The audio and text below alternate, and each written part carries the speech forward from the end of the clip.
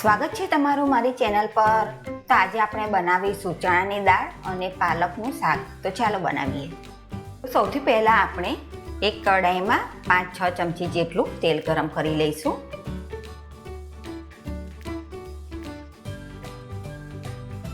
તેલ ગરમ થઈ ગયું છે તો આપણે આદુ મરચાંની 2 ચમચી જેટલી પેસ્ટ નાખી દઈશું।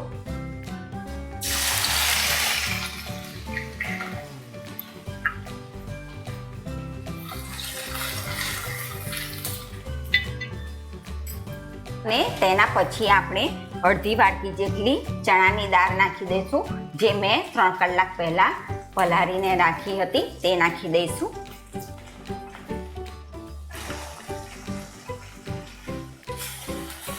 એના પછી પાલક સમારી હતી તે નાખી દઈશું।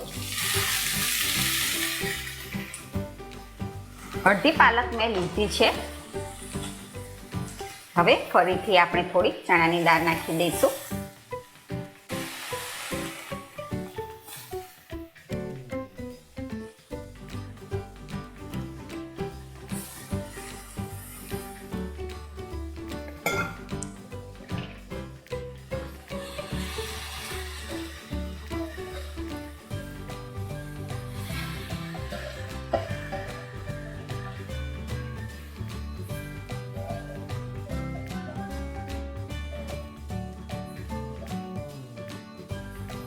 હવે આપણે તેને ધીમા તાપે થવા દઈશું।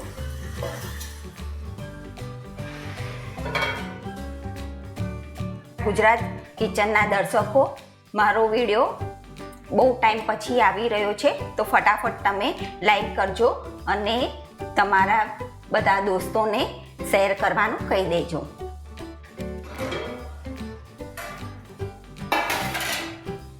5 મિનિટ થઈ ગયા પછી આપણે તેમાં સ્વાદ પ્રમાણે મીઠું નાખી દેવાનું છે અને તેના પછી અડધી ચમચી જેટલી હળદર નાખી દઈશું। આપણે તેને બરાબર મિક્સ કરી દેવાનું છે।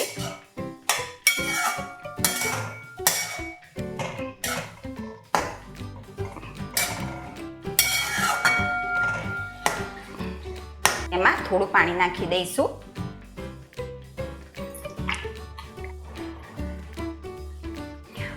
હવે આપણે તેને ઢાંકીને થોડી વાર થવા દેવાનું છે।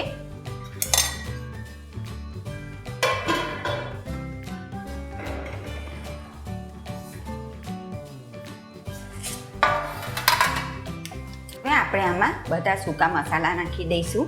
તો અડધી ચમચી પહેલા આપણે મરચું નાખી દેવાનું છે, તેના પછી અડધી ચમચી જેટલો ગરમ મસાલો નાખી દઈશું અને તેના પછી 1 ચમચી ધાણા જીરું નાખી દઈશું।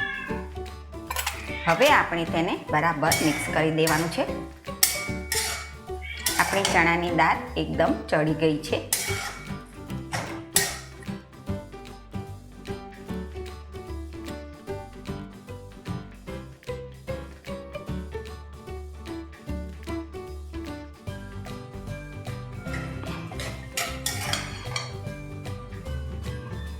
તમને આ ચણાની દાળ અને પાલકનું શાકની રેસીપી ગમી હોય તો લાઈક કરો, શેર કરો અને ચેનલને સબસ્ક્રાઈબ કરવાનું ભૂલતા નહીં।